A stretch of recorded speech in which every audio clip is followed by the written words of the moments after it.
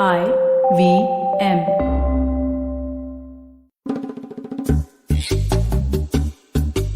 Hey everyone, welcome to episode 172 of Shunya 1, continuing the series. Today we have Saurabh Saxena, who's the founder of a very cool new app called Uable. It's a social networking app for teenagers. I mean, social networking, brand new. Teenagers, also a new category, and some very cool stuff that we actually got into. I've known Saurabh for a long time, actually, from ages ago, from where he was doing a whole different thing, but still very much in a very similar space. So it was really interesting catching up with him and talking about his journey and of course what he's building at Uable. So I hope you guys will like it. Let's take a break, come back and start this conversation. Have you ever wondered where the business world is headed? How the ways in which we create, market, and sell to consumers will evolve? Or if we'll ever go back to wearing pants while working? For answers to all of this and more, tune into Advertising is Dead with me, Varun Dugirala. Every Tuesday, as I talk to entrepreneurs, leaders, and change makers from across business, media, marketing, and beyond. You can catch all episodes of Advertising is Dead on the IVM Podcast website, app, or wherever you get your podcasts from. Hi Saurabh, how are you doing? Welcome to Shunya 1. Hey, Shiladitya, good to be here. Thank you. Yes, and thank you for coming. And of course, good to see you after years and years and years, I think. I know, man. We met first time, I guess, 10 years back in the Tata NEN event, if you remember that.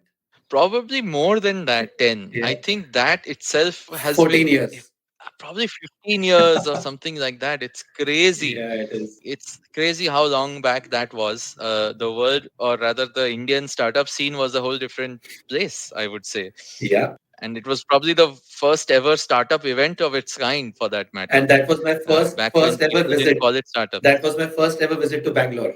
Yeah, it's crazy. It's how long back that was. Before Bangalore became the startup city, before startups were called startups. Yeah, it's good to reconnect, good to see you, and of course hope to catch up in the real world. And thank you for doing this show, because there's so much we would love to talk about and hear from you about what you're building now. But given that, everyone listening obviously is thinking, what the hell Tata NEN was, why don't you give us a little backstory of your personal journey? Because what I know of it is very, very interesting. Sure, man. Looking forward to this conversation. So, yeah, I think my journey started way back in 2006 when we all decided to quit our jobs, which we did for 5 6 months or something like that. And the idea was always to start something of your own. In 2006, interestingly, startup was not even a that known term in the Indian ecosystem. For me, it was a new term, honestly. And we Right. just started our first venture. We became educators, launched our first learning center in North India. And because that was, with two reasons, that was one of the easiest businesses to start without any high capital investment. And second, education Right. was interesting. We were always passionate about how can we change education, how can we add value to a child's life. I think both things fit together well. I started my first company that went by the name of Laksh from 2006 till 2012. Built that out, expanded to 5 cities with my other three co-founders. We all were teachers. Built out a team of teachers, administrators. Expanded to 5 cities, 10,000 learners every year. So it was a bootstrap business, but great fun ride. Learned a lot as an educator. More than an educator, I learned a lot as an entrepreneur how to manage a business. Did a lot of mistakes Right. on a daily basis. Sold that company in 2012, and just 1 year before that, 2011, with my other co-founder, I moved to Bangalore to start my second venture, which is Vedantu, which is a much more known name now in the startup ecosystem. We just whatever we learned in our journey of Laksh, we converted everything into an online setup, and we were fortunately the pioneers in online live tutoring in India. Launched one-on-one tutoring, moved to one-to-few tutoring, and then launched our model of one-to-many classroom as well. So the next 7 years I Right. spent building Vedantu with the same co-founders. And yeah, it was a fun journey. 13 years in typical ed tech test prep business, building two excellent companies. Correct. And now doing something quite different with my 13 years working with teenagers, thousands and lakhs of them. I realized that test prep, exams, and schools is just one part of their life. But today's teenagers' aspirations, the kind of diverse interests they have, and the kind of human beings they are, they deserve a far wider platform to maximize their own potential. These teenagers are interested in design, art, music, theater, gaming, love and relationships, fashion. I mean, their interests are so widespread now. We won't remember, Shiladitya. I mean, in past, we were always Yeah. told just go to an engineering college and that's it, life is sorted. But today's teenager is very, very Yeah. different. So today, what I'm doing at Uable, we are building a social network for teenagers where they can explore any interest, build any skill, connect with new friends, bring their existing friends on board, and just maximize their potential in any direction that they want to. So yeah, Wow. that's my journey. So, I mean, in all of this, I think, it's so interesting to see the building blocks of what led you to, building, starting this also. Obviously, the test prep, the ed tech part, well, before tech, it was just ed and then it became ed tech. So, obviously, you've seen firsthand how, children, I would say, teenagers and children, learn and grapple with learning with Uable. I know you just described broadly that you're looking at the rest of their life, right? What the other aspects of their life are. When obviously you've seen and interacted with so many students and kids before. So what made you feel like, what made you identify the opportunity here, like, as a business, right? You said, doing a startup, I think we were always driven by passion. You said it yourself. You said we always used to put like solution first, business later, and that's, I guess, also what's there in a founder's DNA. So when you looked at this problem space, or when you were trying to build out, let's say, the kind of product or tech you want to service this industry with, what did you see as the opportunity exactly? Like, Yeah. what did teenagers today not have? Because I think these are also, you can say, there's so much to be distracted by all of this in the rest of your life. So how did you look at it? How do you look at that white space? Yeah. So I think goes back to many years of being with these teenagers in a classroom and looking at their lives as well. I think the biggest insight that I got was that teenagers were not happy with being told that there are only two, three possible pathways for you in life. They are rebellious. They were revolting against this thought process that if I want to become a designer, I can become a designer. If I want to go into startups, I can go into startups. If I want to go into fashion, I can go into fashion. If I want to become a gamer, professional gamer, I can become a professional gamer. Today, if a teenager wants to become a creator, content creator on any social media platform, she can do that. I think the aspirations were growing, Shiladitya, and that was a huge need that I could identify. Secondly, the biggest need while talking to hundreds of teenagers before even starting our development of our closed beta app last year was very interesting. So these teenagers went to Facebooks of the world some years back. They flocked out. Then they went into Instagrams of the world. Now they are flocking out. Correct. While they're still on Instagram, spend a lot of time. Let us understand who these teenagers are. They are neither kids nor adults. They love to connect with each other. They love to connect with like-minded teenagers who have interests like them, who think like them. They don't want to become a part of the adult world very soon, but they want to break out as well. So globally, there was a trend that teenagers were flocking out of the mass social networks and were getting into their own private communities, building communities on Discord, Correct. etc., etc. So Discord was a big phenomenon amongst teenagers, not just in the US, but also picking up in India. When we started analyzing what are they doing on platforms like Discord, Telegram, etc., they were just building their own private communities around gaming, even around education. So when I'm saying Uable is about interests, it covers everything. We have clubs around study, we have clubs around career discovery, clubs around design, clubs around gaming.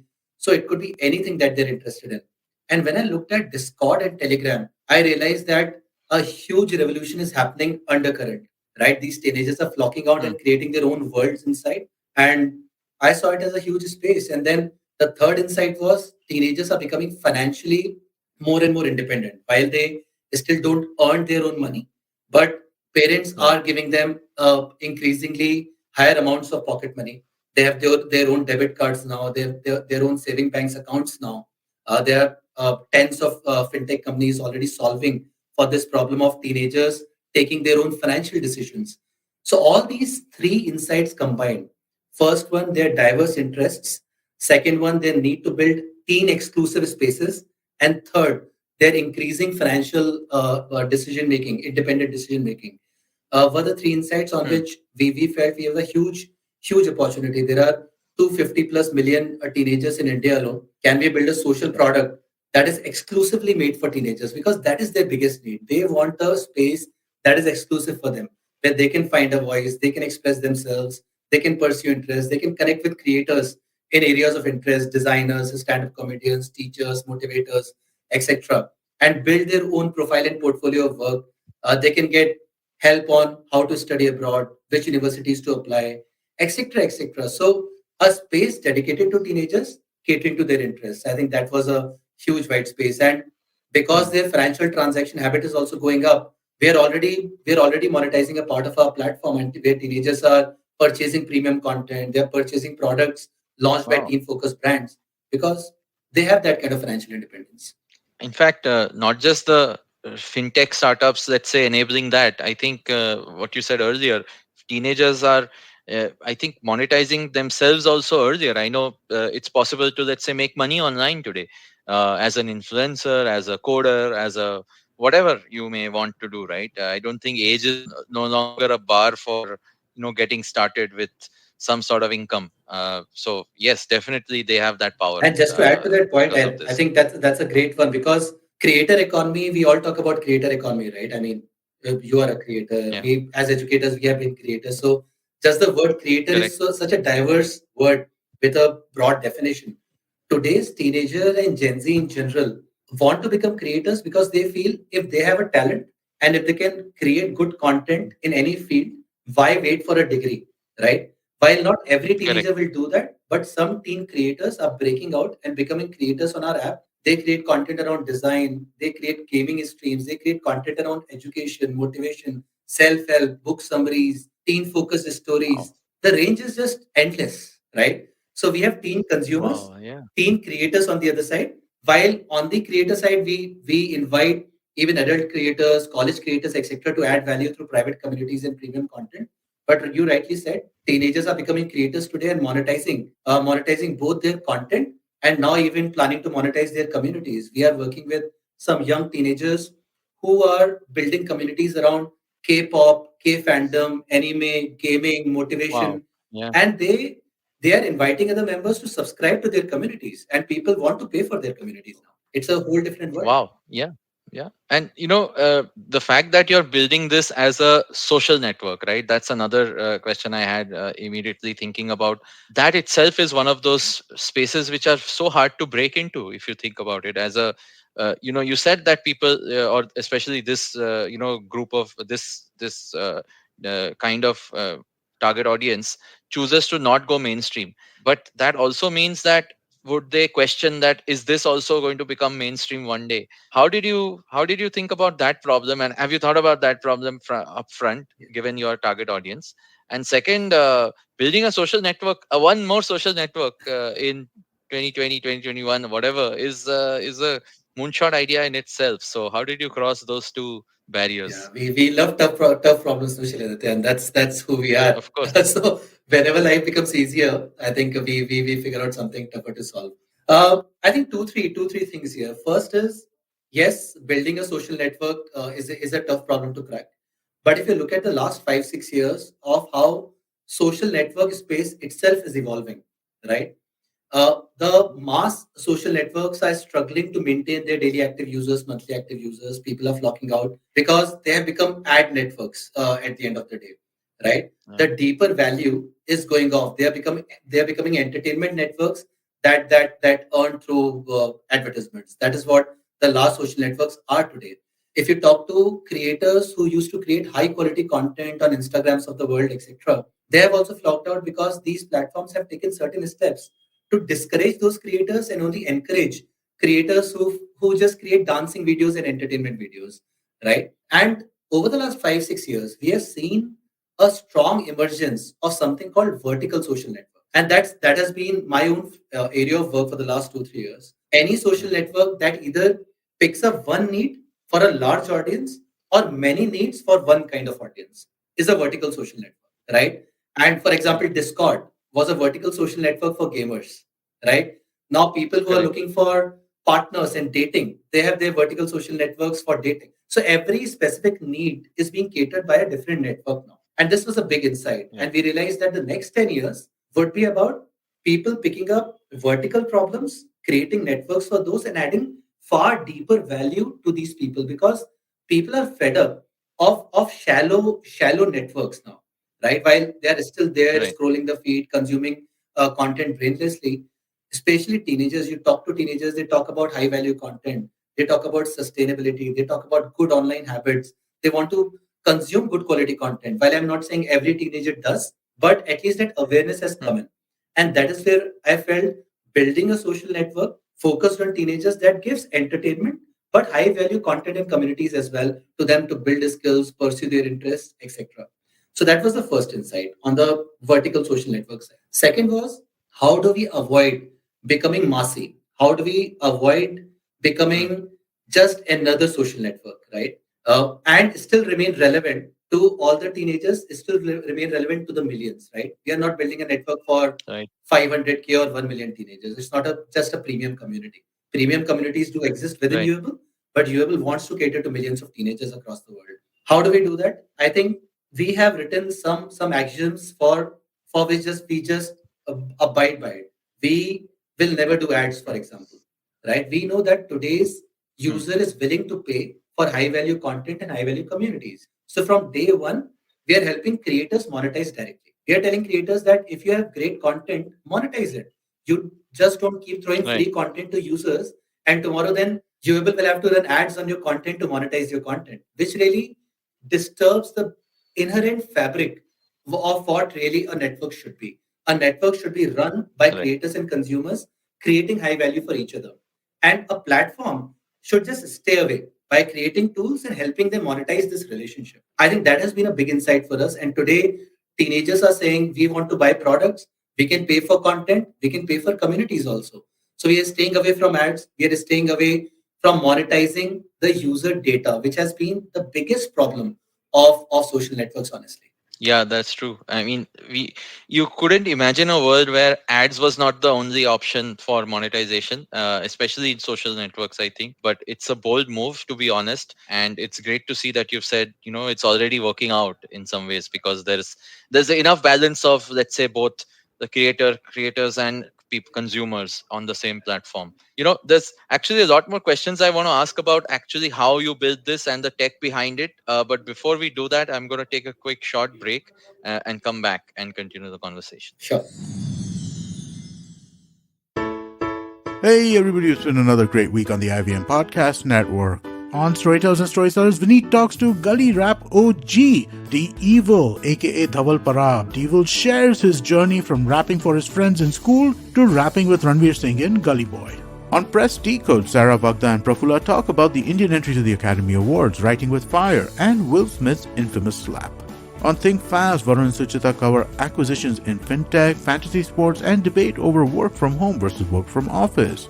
On Ek Chuski Finance, Priyanka introduces us to the interesting concept of financial makeup. And on Postcards from Nowhere, Utsav weaves a story that connects the Portuguese, banned languages, and grinding songs. Do follow us on social media. We're IVM Podcast on Twitter, Facebook, Instagram, and LinkedIn. And remember, if you're enjoying this show or any of our other shows for that matter, please do tell a friend. Also, don't forget to rate us on any of the platforms you might be listening to us on. And do check us out on YouTube. We're building a whole bunch of different channels. You can find them on ivmpodcast.com/YouTube. And we're also doing a small listener survey, which we would really appreciate your help with. It helps us kind of talk to advertisers. So you could go to ivmpodcast.com/survey. It'll just take a couple of minutes and it would be really helpful to us. We do appreciate this. And finally, we'd like to thank our sponsors this week, SBI Life Insurance and the India Water Portal. Thank you so much for making this possible.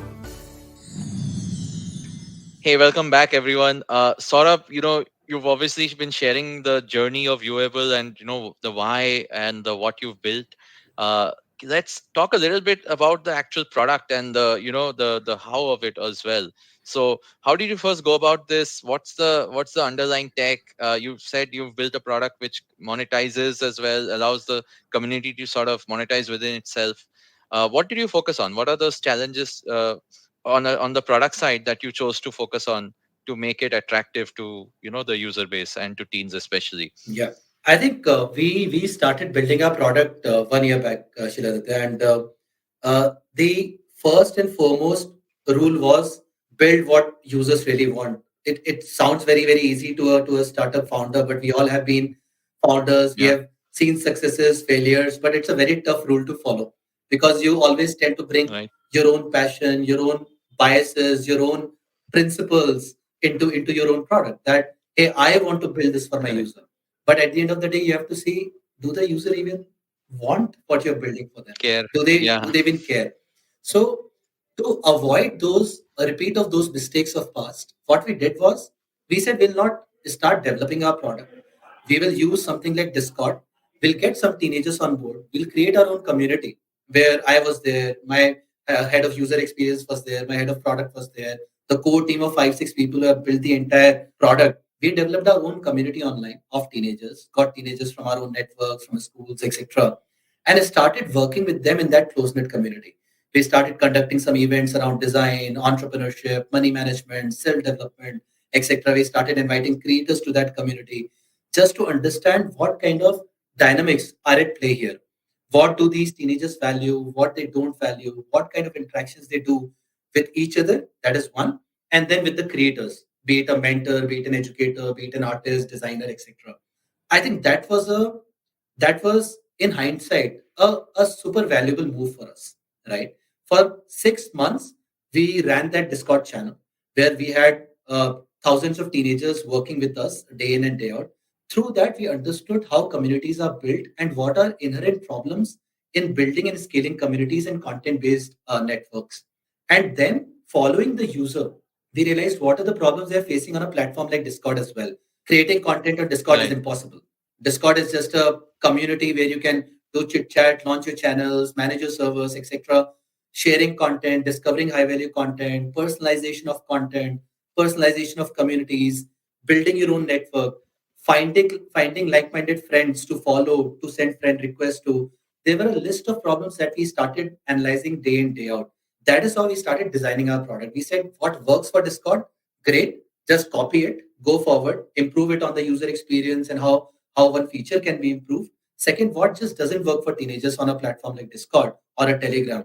How can we improve that? How can we bring more personalization, better discovery, better content recommendations for them, better community frameworks for them where they can engage with the community also and they can go solo as well when they really are in a mood to consume content and go deep into a field, which Right. was impossible on Right. platforms like Telegram, WhatsApp, Discord, Snapchats, which these teenagers were used to.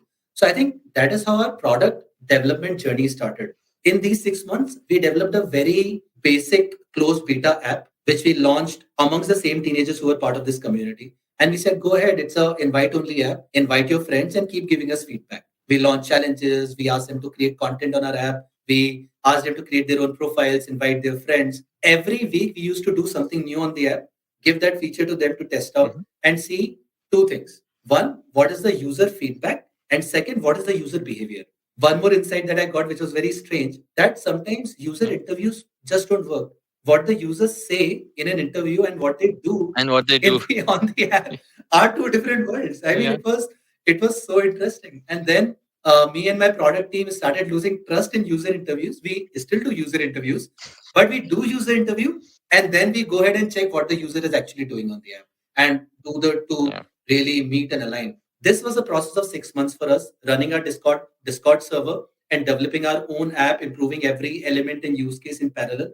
And finally, in October last year, just 6 months back, we launched our app. We came out of beta Right. when we said, "Hey, this is the Teens app, a super app for teenagers. Join clubs, follow your interests, make new friends, and access amazing communities, content, and products on UStore."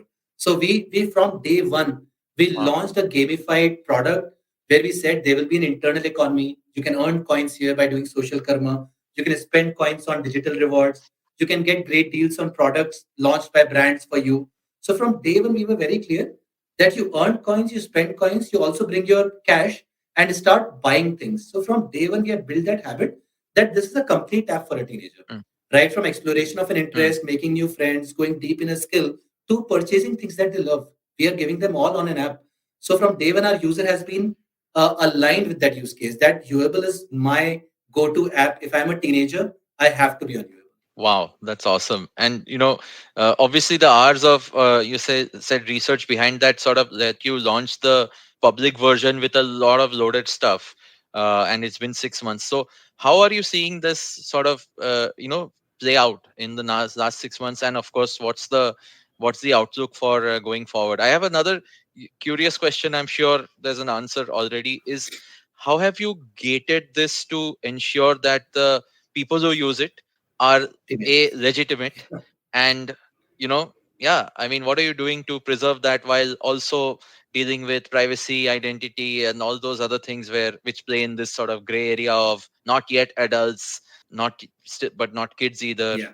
That's a very interesting space, and dynamic you have to deal with, I'm sure. Yeah, yeah, it is. It is a super important question for us. Has been so.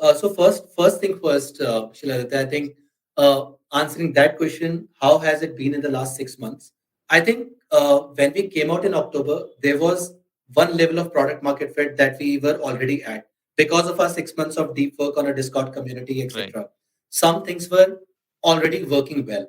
We also realized that the kind of teenagers we worked with for 6 months were a little, what do you say, advanced level users, just because of our networks, etc. Mm. We got users Power from users, yeah. tier one cities, from top schools, etc. So they were advanced users who wanted to build skills, etc.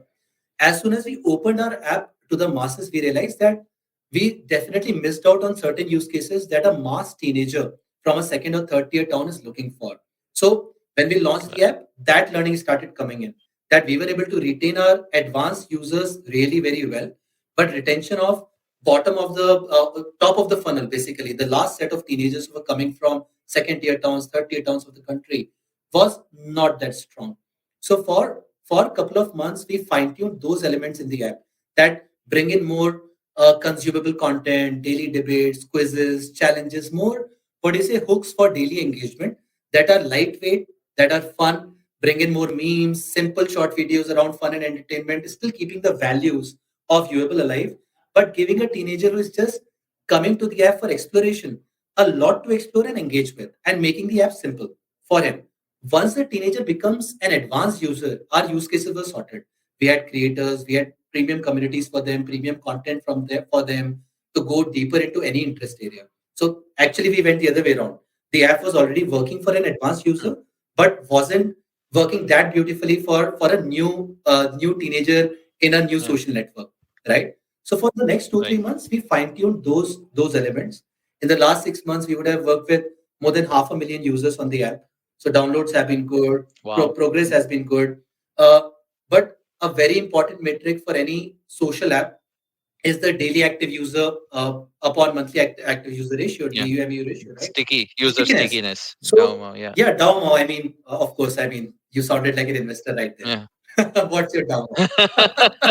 So yes, the first question investors ask me is, "What's your DAO?" And Absolutely. I tell them that hey, it used to be 8-9% 6 months back, but today we have crossed 20% DAO on the app, which is Wow, that's above average yeah. industry. So that That's has been a awesome. big success metric for us, and we have been at it, engineering every day, every week. What is affecting our daily use case? Can Uable become a daily use case? And today we see for 40-50% of our active users, it is a daily use case, and that is why the DAO is has consistently grown. So that was one big Nice. metric for us. Second metric was, of course, how many users are retaining month three, month four. I mean, D30, D60, D90. Again, the Correct. standard question that we are Correct. asked, but it's Yeah. a very important metric because it's a free app. How are you holding your users with a lot of content and community interactions? And those numbers, M3 retentions used to look at single digit percentages way back 6 months back. But now our M3 retentions are in double digits, crossing 20-25, closing to 30% as well, which is Wonderful. again improving drastically month by month. So I think these are two main progresses that we have made as a social network, and committed a lot of errors. When we launched app in October, next 2 months were absolutely chaotic. We thought we have hit the product market fit, our Discord was working beautifully, we have done everything right.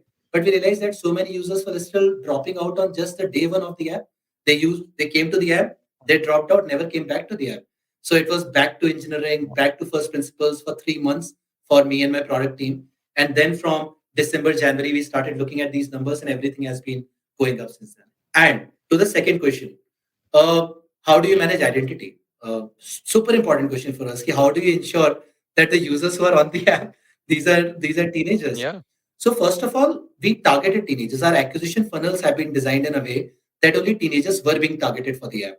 From ASO, from Insta, from referrals, we Right. get 30-40% of our users organically. So teenagers invite their friends. Wow. We have power Yeah. teenagers Same. on the app who invite their friends, who get a lot of incentives to invite their friends, build their own communities on the app. So overall, 60-70% users were coming from the networks. So teenager led to teenagers coming in. But after experimenting age gating for 3-4 months, now we have built so much confidence that teenagers truly want our app that we have finally made our app age gated. So you and me cannot sign up on the app because you have to either use your Google credentials or Facebook credentials. And we have Google and Facebook have your birth dates, your real age data. So we have gated the app with that data, which is almost 90% accurate. If you're not a teenager, you actually cannot sign up for the app anymore. So now it's absolutely age gated at the entry. Second, Nice. every piece of content that goes into the app is moderated, was being moderated by humans 6 months back. Now we have inbuilt our own AI ML driven moderation tools. Every meme that is being posted, every static image, every short video goes through a AI driven moderation. And we have built Wow. a teen focused moderation there. That what is the content that is appropriate for this age, which has learned over time, which is still getting better and better every day, Hmm. not perfect. It's still 30% content gets filtered out for human intervention on moderation, but 70% we are able to moderate and keep every piece of content, every piece of conversation on the app teen appropriate. After that, also, if a user leaks Right. in or a content goes out on the app, we have given enough power to our community managers and to every user to flag off content, report any user on which the community and the backend immediately takes an action. So it's a safe space. I mean, I have seen teenagers discussing their sense of identity, teenagers coming from LGBTQ community, honestly discussing their opinions, creating LGBTQ clubs on Uable, bringing like-minded on board, and feeling very safe on the app.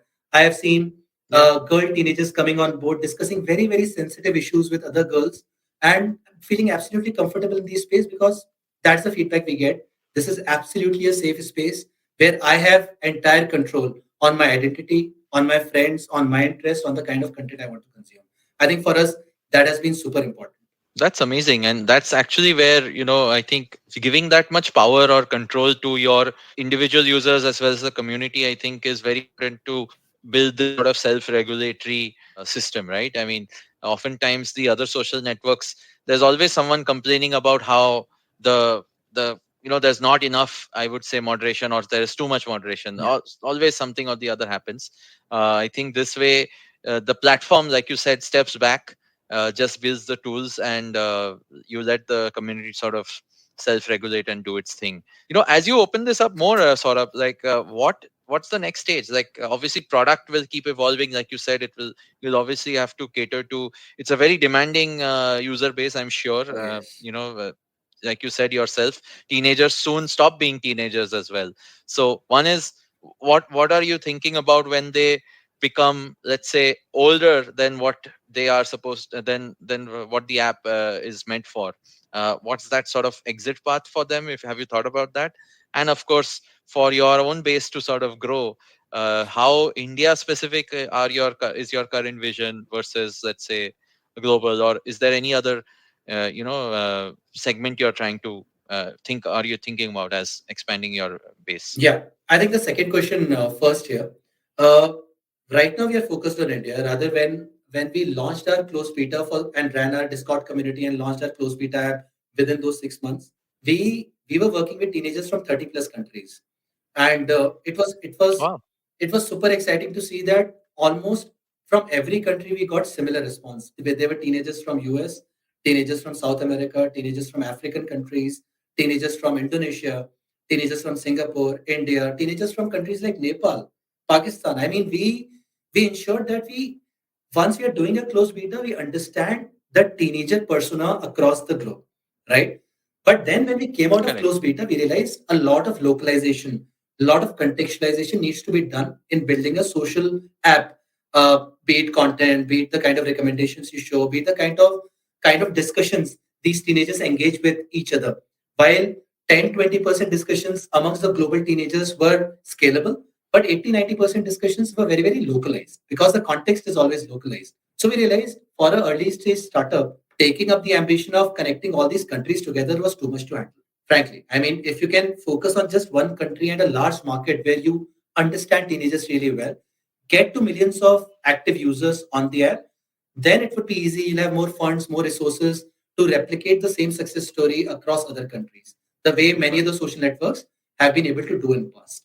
So that was one strategic call that we took, that will focus on India, get to millions of users, millions of active users, at least 20, 30 million active user base first in India, crack the monetization model. And then when we say that this has been done, we replicate country by country, and then you will see that faster growth will happen because we would have done mistakes, we would have learned our lessons while working on one geography. So that is one important call that we took. And second, coming to the first question, I think for us, acquisition happens when you're a teenager, but we don't have an exit route for anyone, right?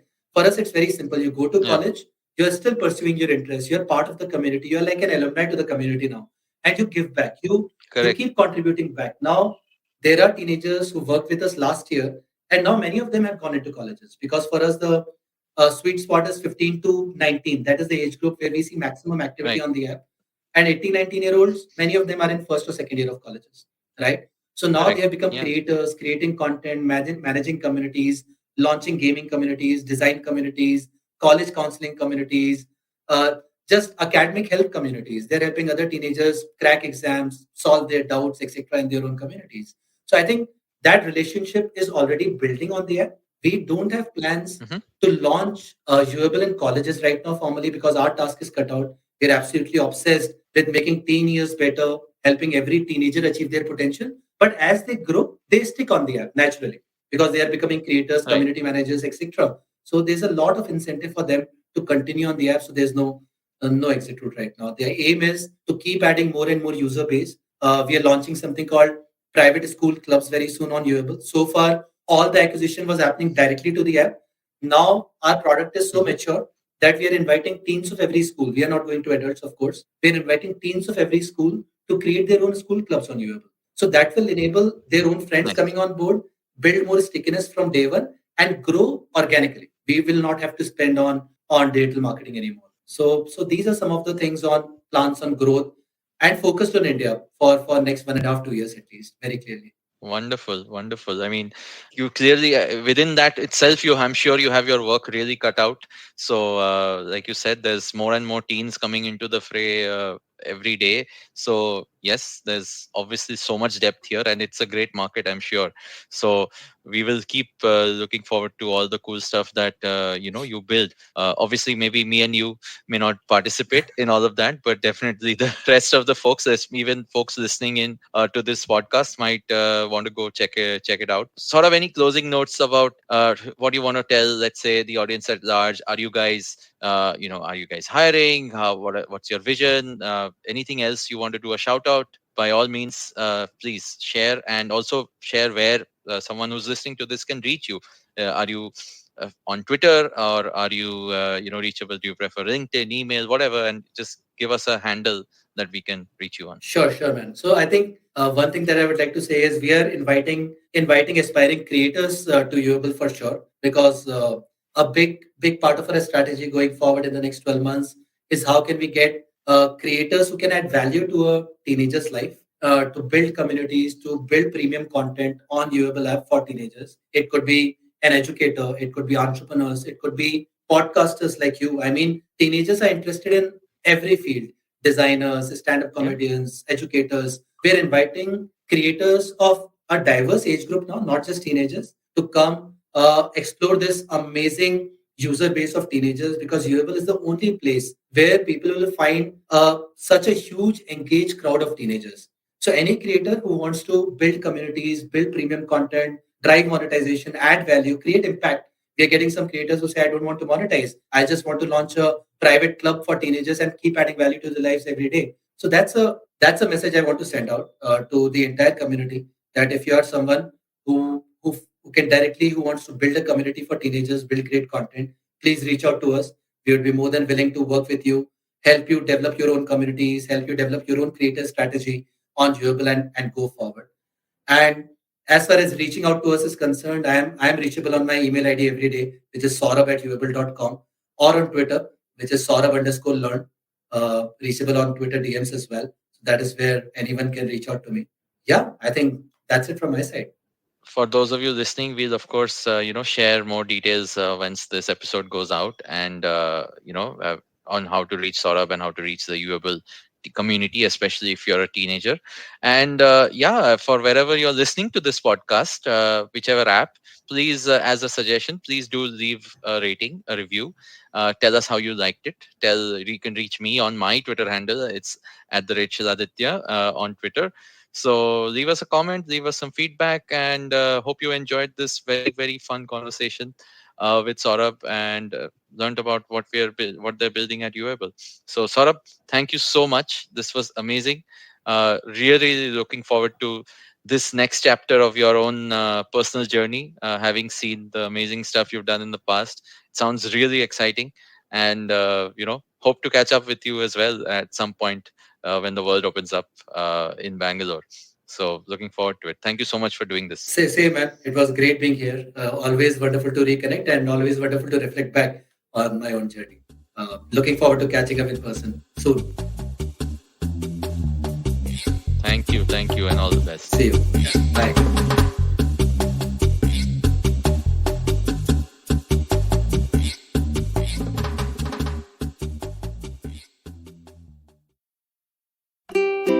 Habits? Routines? How exactly do they help us get better? Well, to simplify it for you, tune in to the Habit Coach podcast. I am Ashton Doctor, and I'm going to be here to help you get better daily with some simple, easy to do habits that you can easily adapt to your life. So tune in to the Habit Coach podcast from Monday to Friday, because I believe that awesome lives start with awesome habits.